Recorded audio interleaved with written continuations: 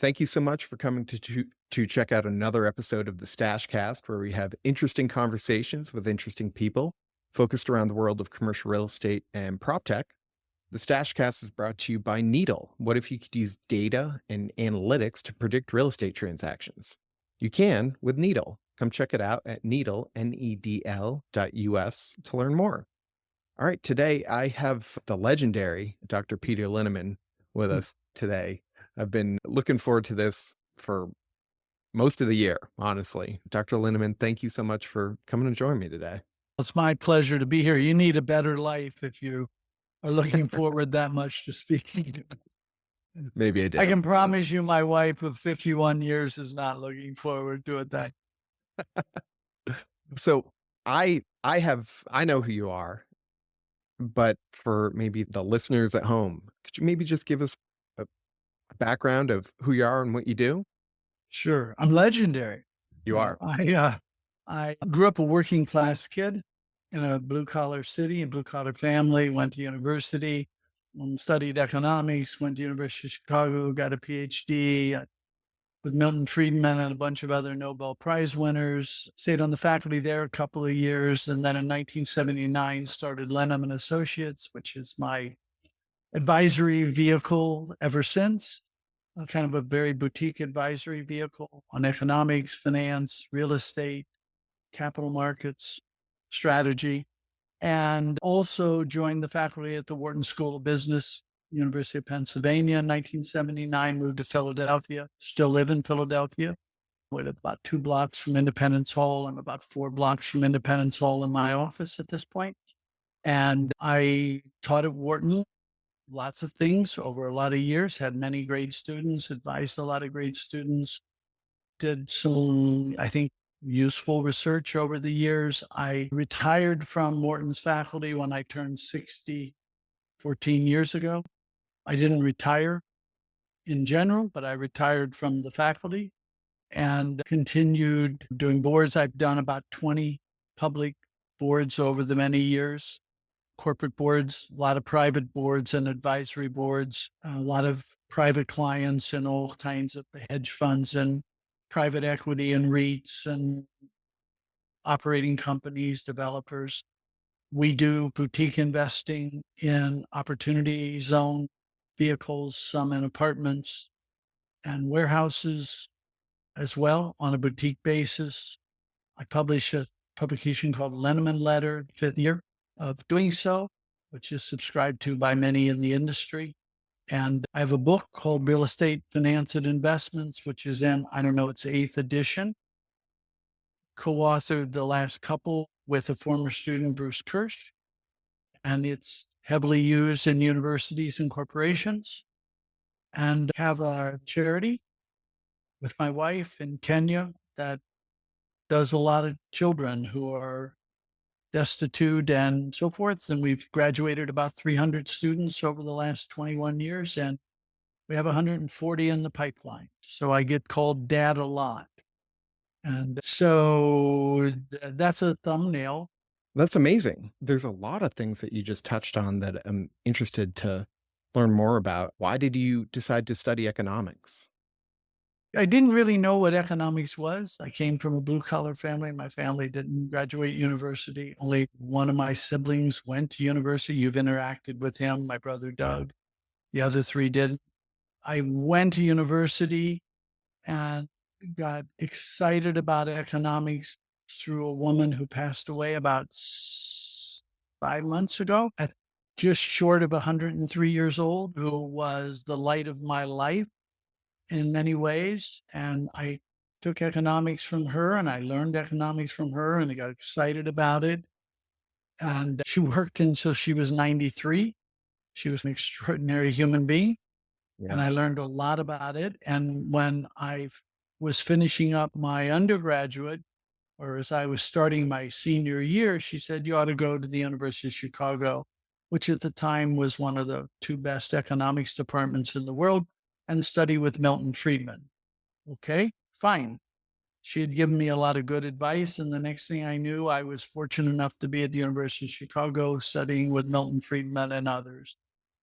And from there, the ride of life continued, right? Which was I get close to the end of my 3.5 years later, I'm finishing up my PhD, and a couple of those advisors said, maybe we should hire you to stay on our faculty. And you go, okay, it's a job. And I liked it. And then a couple of years later, person who had been a faculty member of mine at Chicago had left a couple of years earlier to go to Wharton and called and said, you ought to come out to Wharton. We're doing interesting things. And next thing you know, you got a career. Right? Mhm. That's amazing. I'm always curious about people's backstories and how they ended up where they did, because everybody's got a story to tell. I'm down to 6'3". I used to be 6'4".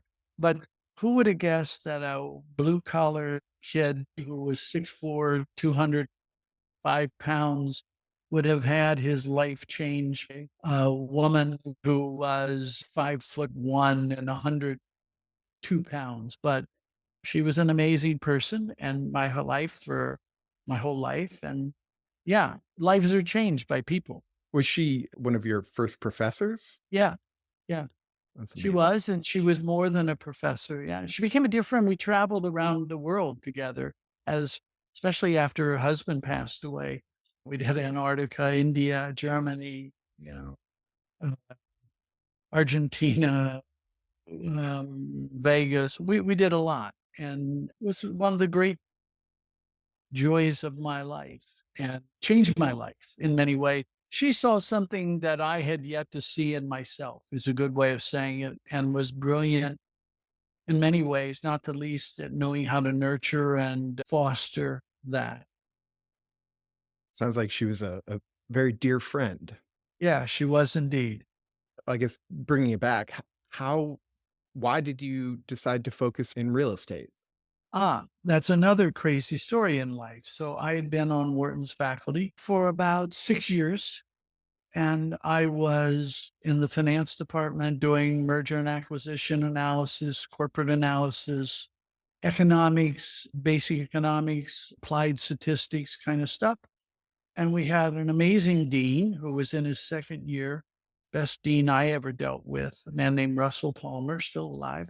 And he came to me and said, I look at what we're doing in real estate, which I had nothing to do with, and it's a disaster. It's just a complete disaster. Wharton should have nothing like this. Mhm. I don't know why we have this. You're supposed to be a good consultant. Why don't you look at it for me and see if I should kill it or grow it? But I'm not going to just leave it as it is. So I looked at it and I spent a little time studying the industry and so forth. This was 1985, early 85, and went back with a report after a month saying, okay, it's a real industry, real interesting questions, amazingly underprofessionalized. We're in the professionalization business. It's going to professionalize. It's too big, too many assets to not eventually professionalize. It's not there yet, but we should be at the forefront of it, but not with what you got. Okay, that's the short version. So thank you. And then about a month later, he came back and said, why don't you do it? And I said, well, I don't know anything. I told you literally everything I know. I had advised on one warehouse sale leaseback that was part of a leverage buyout, but that was my real estate exposure at that point. And he said, that's all right. You'll figure it out. And the next thing I am doing real estate and threw myself into it. I'm a good student. I'm a really good student. I learned that one of my great skills is learning. Sometimes you don't even know the skills you have. And one of my great skills is I'm good at learning. Mm. And so when I threw myself into it, I was able to do it. I was very fortunate to have people like Alfred Taubman and Mel Simon and Mort Zuckerman and Gene Cohn and like the who's who, Claude Ballard, and like the who's who of that generation that's a generation older than me, my father's generation, so to speak. And they were very kind to me and they were very helpful to me personally and to us at the real estate effort. And that's how Wharton's real estate effort came about. That's how I learned the industry. And when the industry crashed in, let's say, 1990, I Mhm. realized I had learned enough about the industry in the 5 years to have some usefulness. But I also realized I knew things that they didn't know. I knew what a balance sheet was. I knew what an income statement was. I knew what cash flow was. You say they certainly did. No, not really. It was a bizarre industry. Hmm. And so there was a real intellectual arbitrage. And then I had the good fortune to become chairman of Rockefeller. It was long, convoluted, but 30 years ago, I was chairman of Rockefeller Center. And it was the largest transaction when I sold it. It was the largest transaction in the history of real estate, US real estate, New York real estate at that time, long surpassed many times. And I got the fortune to be thrown into it. And then that got me into the interface of all these people. And from, yeah. And then Sam Zell and I became very close, and I went out and did a year or two with him on a sabbatical where you can't help but learn incredible amounts from that. Right. Okay, great. So you just launch in and follow the river. You'd have never gone 50 years ago Hmm. saying, okay, this new PhD student at the University of Chicago in economics is going to end up what I am. But that's true of most of us, or at least Sure. most of us who have any degree of success. I don't even mean financial success.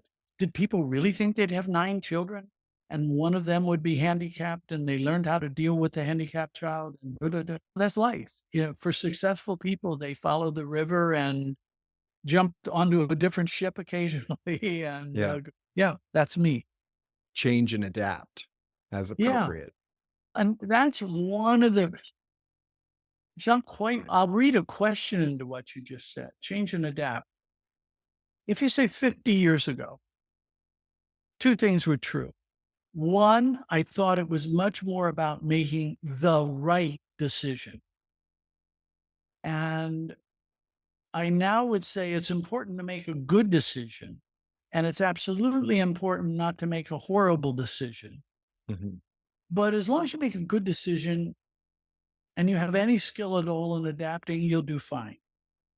Not without sweat and tears, but you'll do fine. Sure. Yeah. And I didn't realize that 50 years ago. I really didn't. And I probably didn't even realize that 30 years ago, 20 years ago, some number.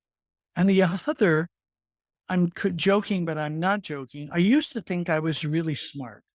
50 years ago, I thought I was really smart and everybody else was average. And now what I believe is nobody smart would have made all the stupid investments and stupid decisions and stupid that I've done. So I'm just really average, but fortunately, there's a lot of really dumb people out there. And I'm joking, but Yeah.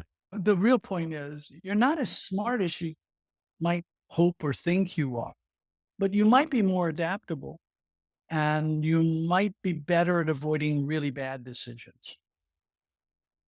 Yeah. I've found that the harder you work, the luckier you get, which I think Yep. is a similar thing to what you're saying.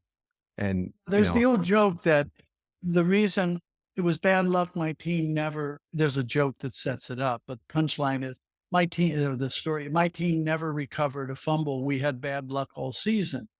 And the observer says, yeah, but you just stood there and watched the ball. You didn't jump on it. You got right. to jump on it, right? You Right. can't just stand and look at it and say, oh, fumbles. Right?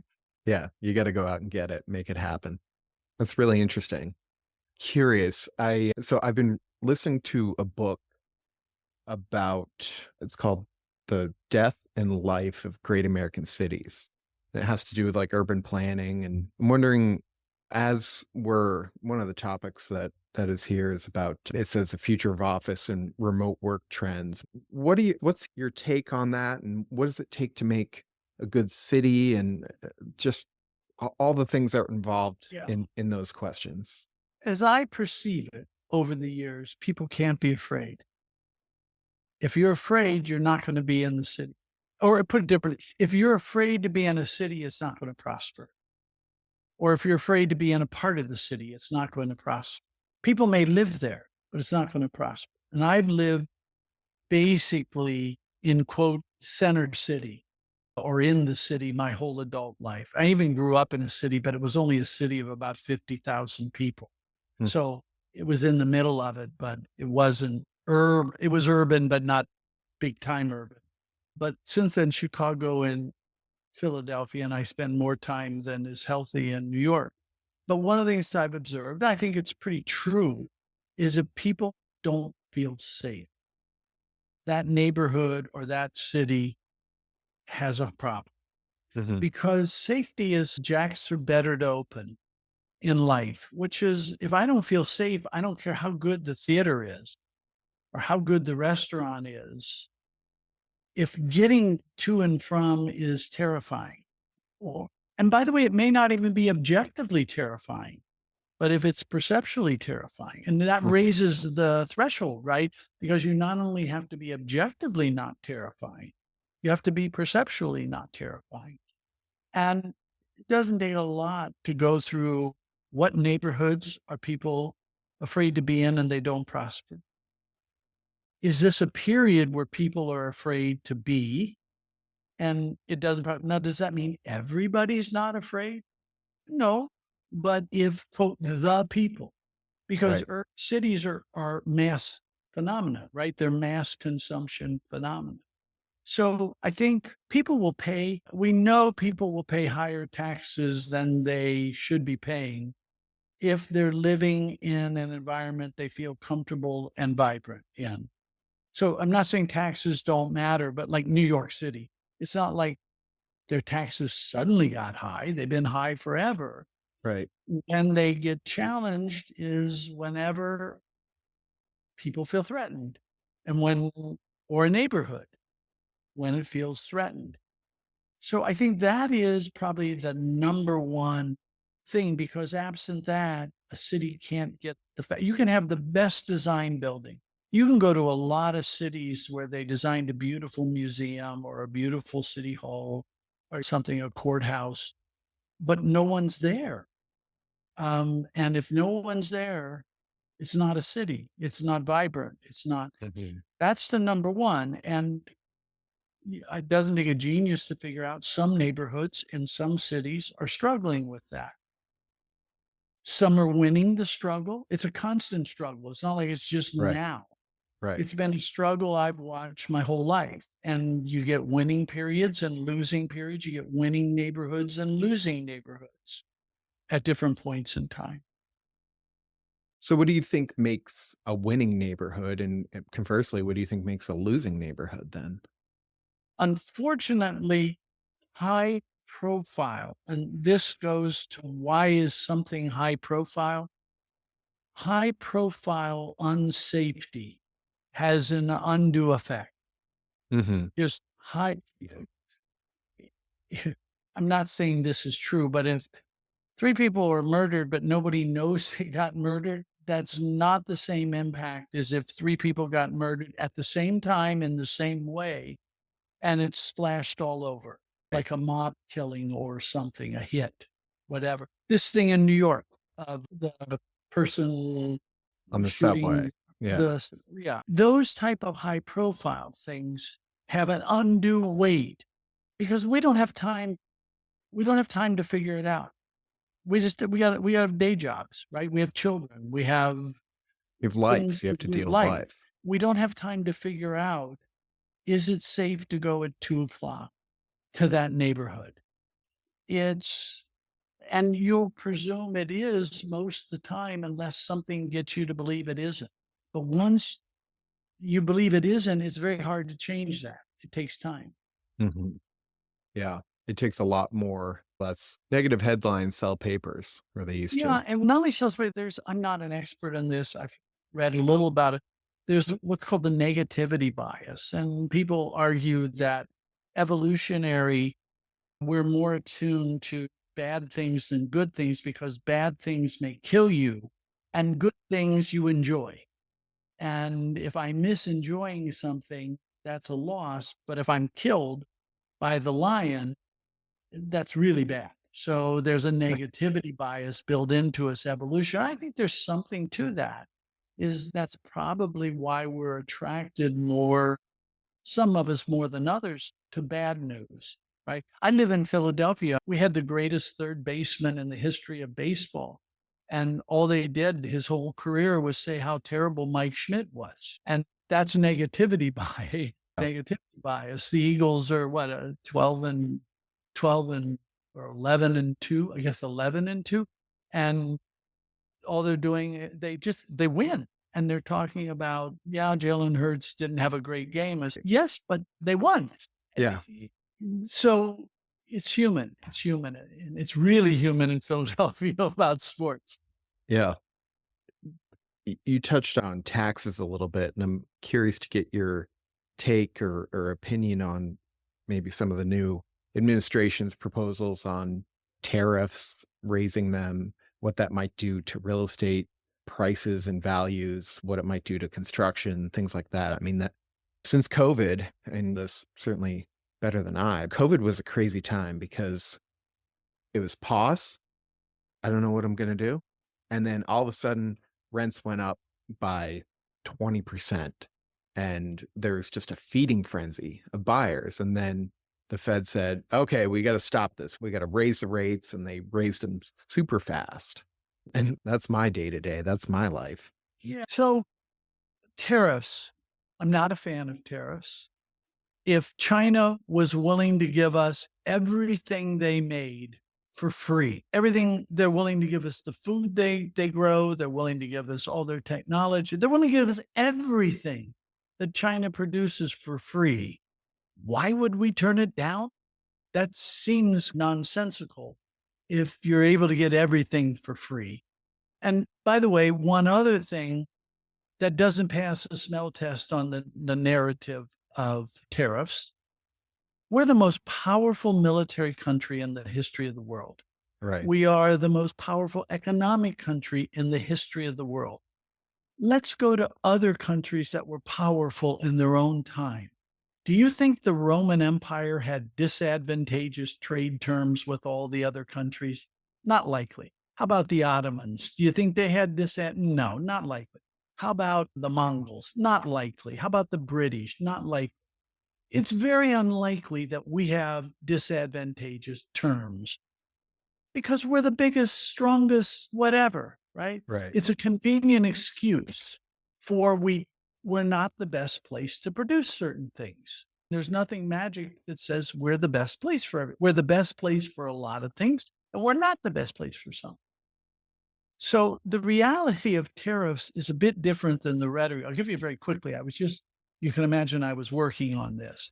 So I'm going to give you the real kind of, in 1900, the average tariff was 30%. So if you bought 100, you had to pay 130 because of the tariff, okay, on average. By 1967, it was 9%. Mhm. Kind of had come down pretty much over time. It was about 9%. And then by the middle, really, of the Obama years, it had continually fallen to about 2%. So you bought $100 of foreign items and you had to pay 102 because of the tariffs. Okay. And it stayed there until the third year of the Trump administration. And at that point, it went from 2% to 3%. Okay. On average. So $100 now costs 103 instead of 102. It didn't stop the economy. It Right. was a drain of a buck, right? But it wasn't such a drain, fortunately. The Biden administration, and by the way, Trump did it, was he raised the tariff essentially from 4% to 10% on average on Chinese goods. At the same time, the tariff on items from Vietnam fell by 2.5 percentage points. That was the back door. Oh, And so the net was, even though it really went, and nothing, and no change on average on the rest of the world. So if you break it into China, Vietnam, and the rest of the world, mhm. it was no change on the rest of the world. Vietnam came down 2.5 percentage points. China went up 6 percentage points, and the average ended up going up 1 percentage point, $1 on 100. The Biden administration raised the tariff on China from 10% to 11%. Okay. They lowered the average tariff on Vietnam by 1.5 percentage points and kept the tariff on the rest of the world unchanged.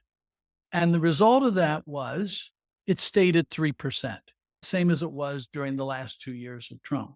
So for every 100, it's 103. Now, it's hard to know what Trump will do because he views it as a negotiating lever. If you Right. don't do this is what I'll do, but you don't know.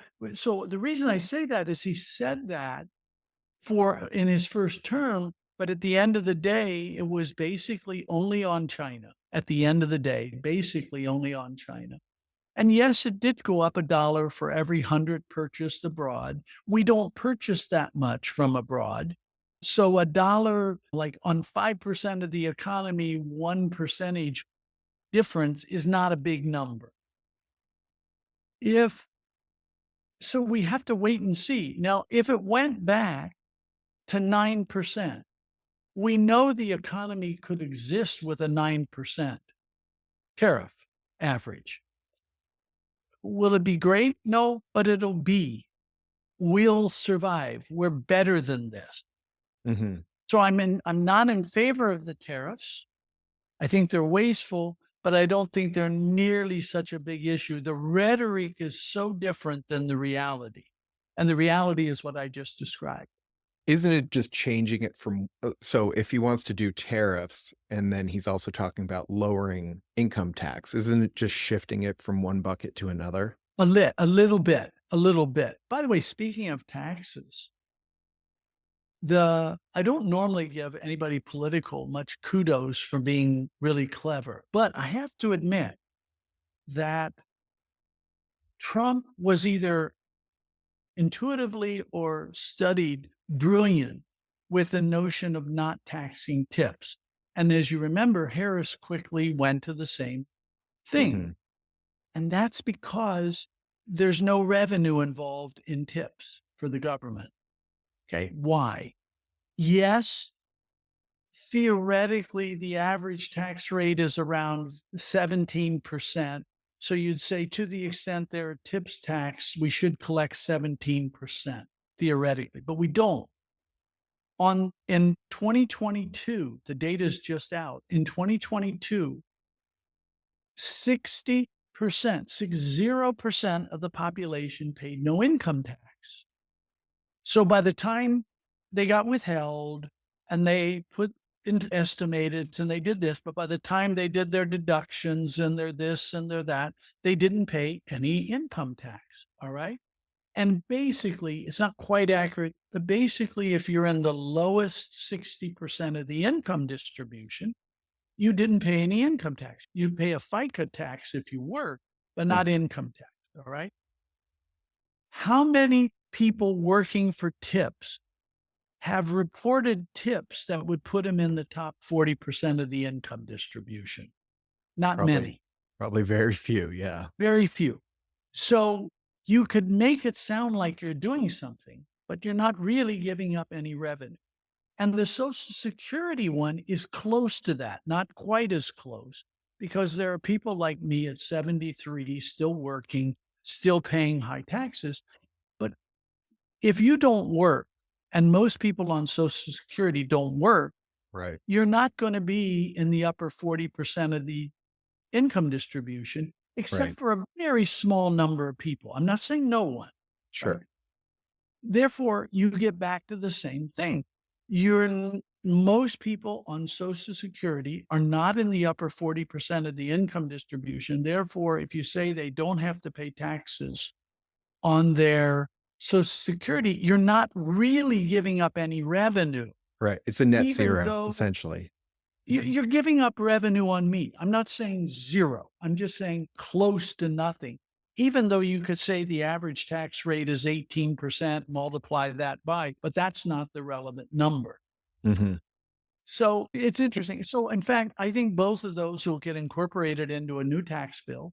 I think the new tax bill will largely be the old tax bill with a few tweaks. Mhm. And that's because it takes a lot of political energy. And if it was his policy from his administration when so why use a lot of calories massively redoing the tax bill other than saying, let's keep it basically where it's at and do a few tweaks, extend Right. opportunity zone legislation, Right. do the Social Security, do the tips, do a couple of other little things, keep it low calorie burn and focus your political chips on tariffs or focus on the border or whatever other Hmm. priorities you have as an administration. And without being political, obviously lower taxes are good for growth. Hmm. No doubt. All the empirical evidence says they're good for growth. You'll get lower regulation again, not no regulation, lower. Hmm. All the research shows that's good for growth. It may or may not be good for other things, but for growth. And what real estate services is growth, right? Yeah. And so it will be good. You'll get lower regulation, but not no regulation. You'll get about the same taxes as we've got with little tweaks. So it's not going to be a big change there. The big answer is it's not going to be a big change to hire, right? So that's good. At least on the economy, there's many other things in the economy that matter in life, right? But on the economy, that one's pretty obvious.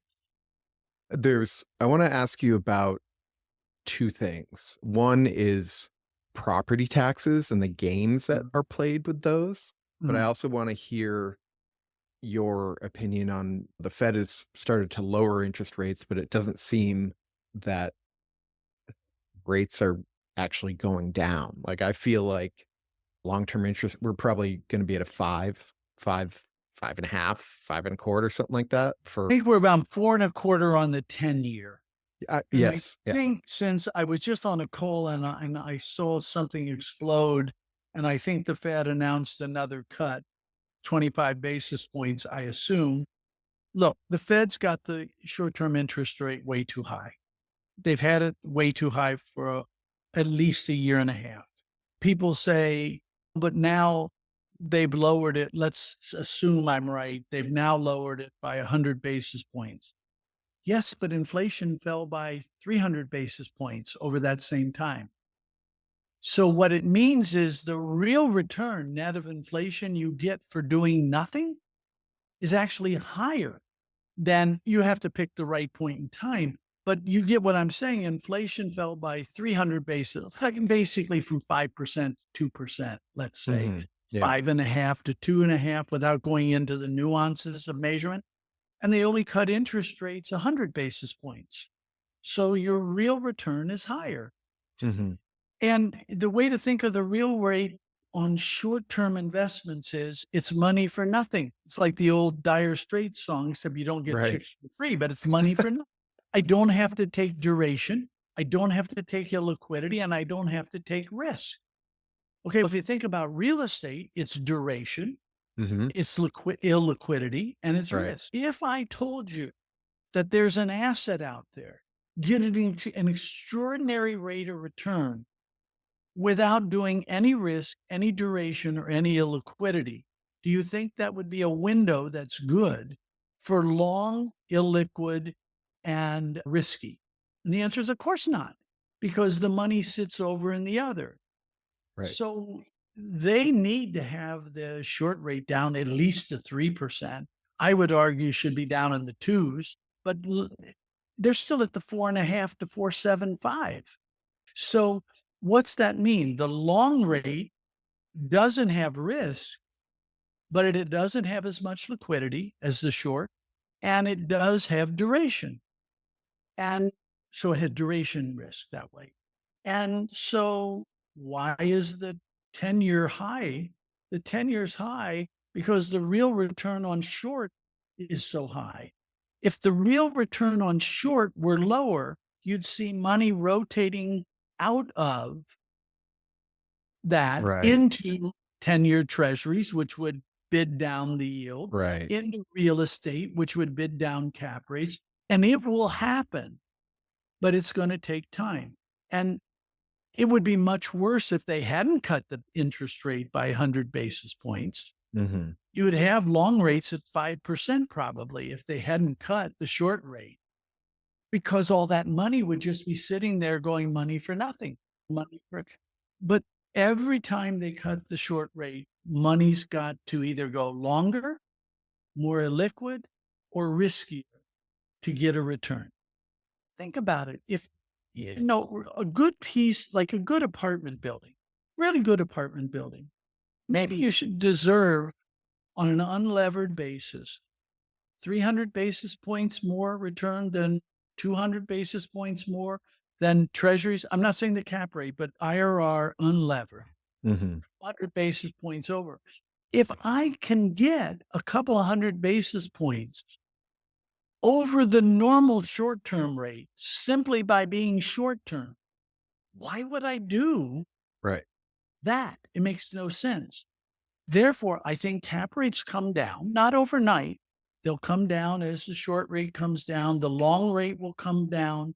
Inflation is down probably 2 to 2.5%.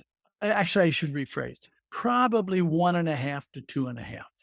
Depends on what metric, where you're at in the country. For example, it's your inflation rate is different if you smoke and drink than if you don't smoke and drink, right? Because Sure. it reflects what you buy. Yeah. It's different depending what housing market, what rental market. So the point being, when I've done adjustments or when I really look at the inflation data for what people pay, they have this item owner equivalent rent, which is supposedly the rent that an owner pays to themselves. And that's 24% of the consumer price index. Now, I don't know about you, but I'm an owner and I've never paid rent to myself. So Right. I don't even know what that number really means. And yet, and it's, and it increased last month by 4.9%. And it was 24% of CPI. The numbers came out yesterday. Yesterday? I think yesterday. Yeah, yesterday. It's way above what everything else is. If you focus on only the things that somebody has bought, nobody has ever bought owner equivalent rent. No one has Right. ever, everybody has paid for something else, but not that. When you focus on the things that people have actually paid on, probably over the last couple of months, inflation is somewhere between 1.5 and 2.5. Hmm. If that's true, why is the short term rate 4.5 to 4.75? Makes no sense. It's way Right. too high. It's an overnight or 20-day, 30-day rate. Why? And so you go, it should be, if inflation is 1.5 to 2.5, at most it should be 3.25 and could easily be 2.75 or lower. And so that's the distortion phenomenon. Hmm. So why have they kept it up for so long? Why you said a year and a half, it's been too high. All right. Why So not? it's an appropriate question. And I'll give the answer that I heard 50 years ago when I was a student of Milton Friedman's, long time ago. Different people are on that institution now than then. And I think, but what he said, I think is just as true. They think they're omnipotent. They think they have much better control than they really do. They're always late. They always overreact. I see nothing to make me believe Milton was wrong in basically all of the Fed behavior in the subsequent 50 years. And when they're most wrong is when things change Hmm. because they're late. Right. If nothing changes, which was the case for a lot of years, right, where not much changed, they can't overreact, right? Right. It's hard to overreact to nothing or not much.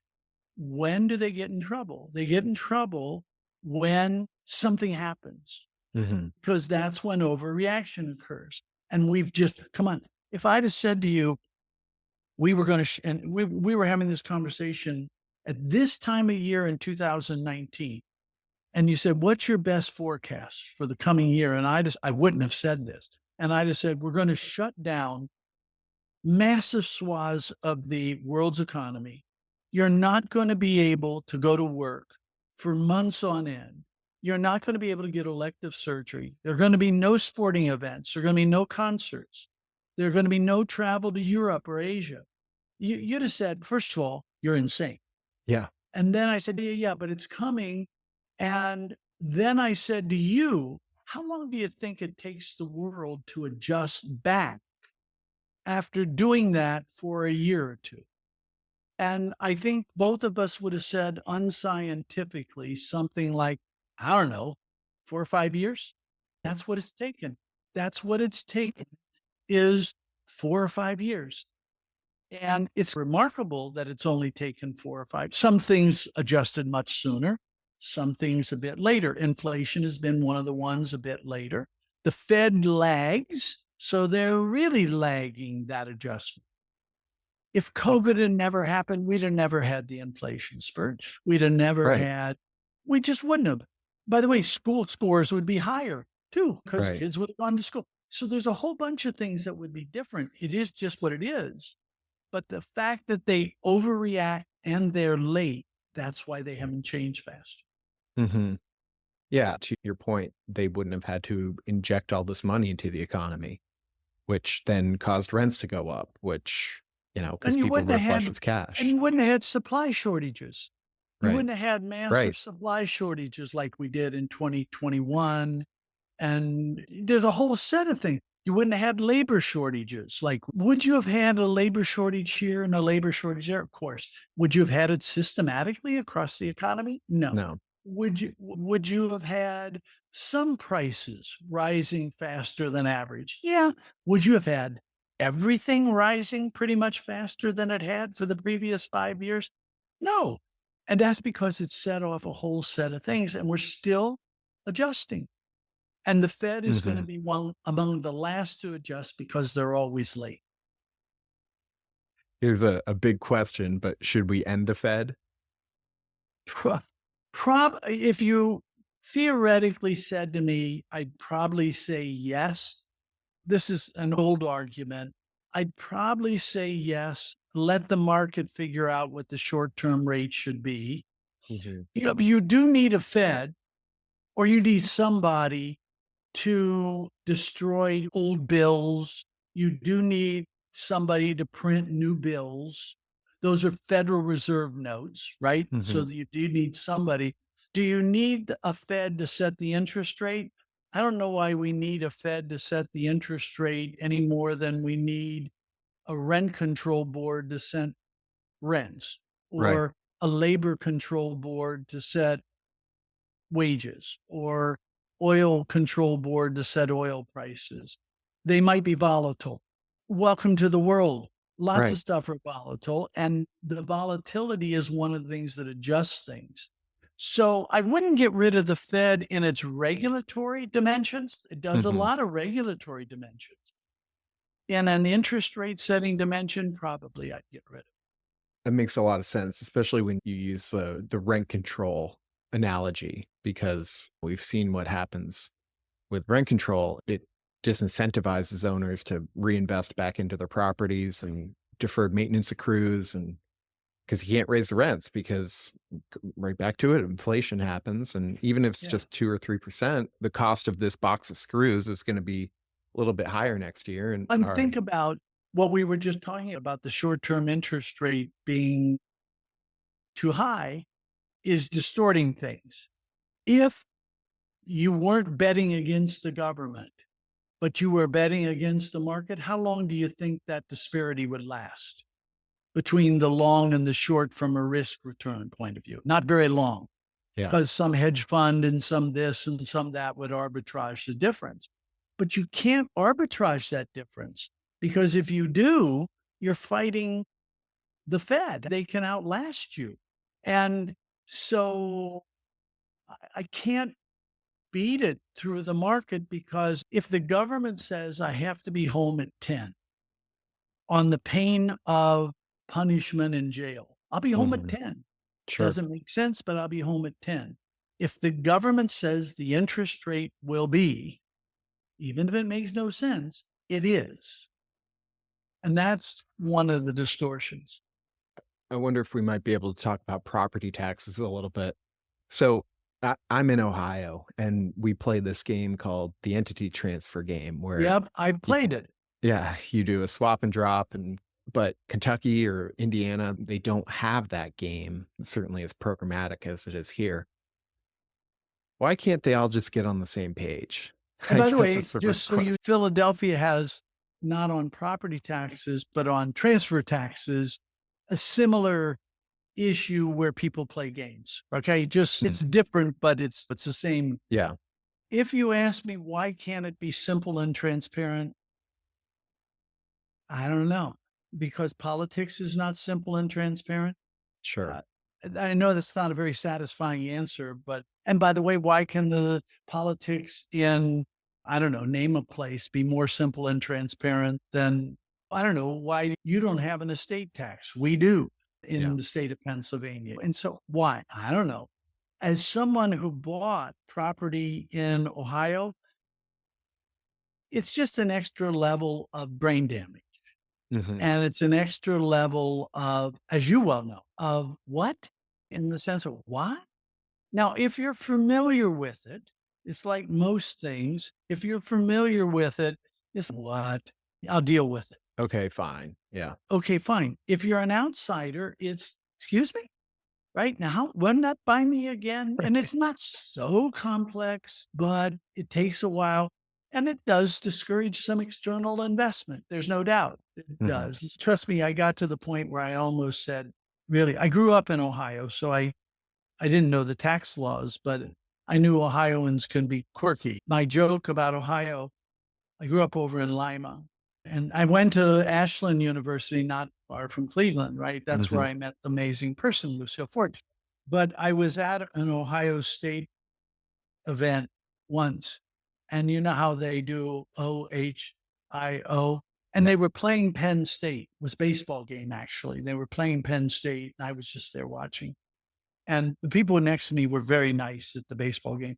And they did the Ohio cheer. And I said, as a kid who grew up in Ohio, only people in Ohio could be proud of spelling a 4-letter word. We can spell Pennsylvania, Yeah. Yeah, that's fair. or at least some of us can spell Pennsylvania.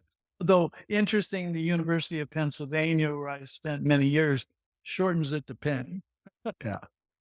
Um, Dr. Linneman, this has been fascinating. The time has gone by too fast. I feel like honestly I could just talk to you for hours, but I know you got a hard stop here. If people are interested in reading more of what you publish or hearing you, or what's the best way that they can tune in? Best way is there are two ways. Go to Linneman Associates, Lineman, Linneman Associates, my last name, and you'll find a whole bunch more than you'll ever want to know. You'll find we'll probably post this, for example, on that Yep. when you release it. We'll also post it on ours. You'll find out about our charity. You'll find about our opportunity zone investing. You'll find out about our publications and our education programs.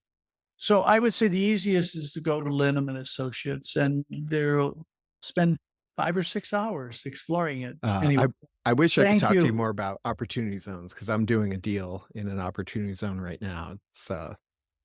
It's a lot, but it's good. We're trying to revitalize that neighborhood. I've done about 14 of them, and I if you find a good property, I think it's a great thing. I'm not a flipper, I'm not a trader, and I don't mind the idea of being invested a long time. I know a lot of people don't like that idea. Mhm. I like being invested a long time because it smooths out the bumps that occur along the way.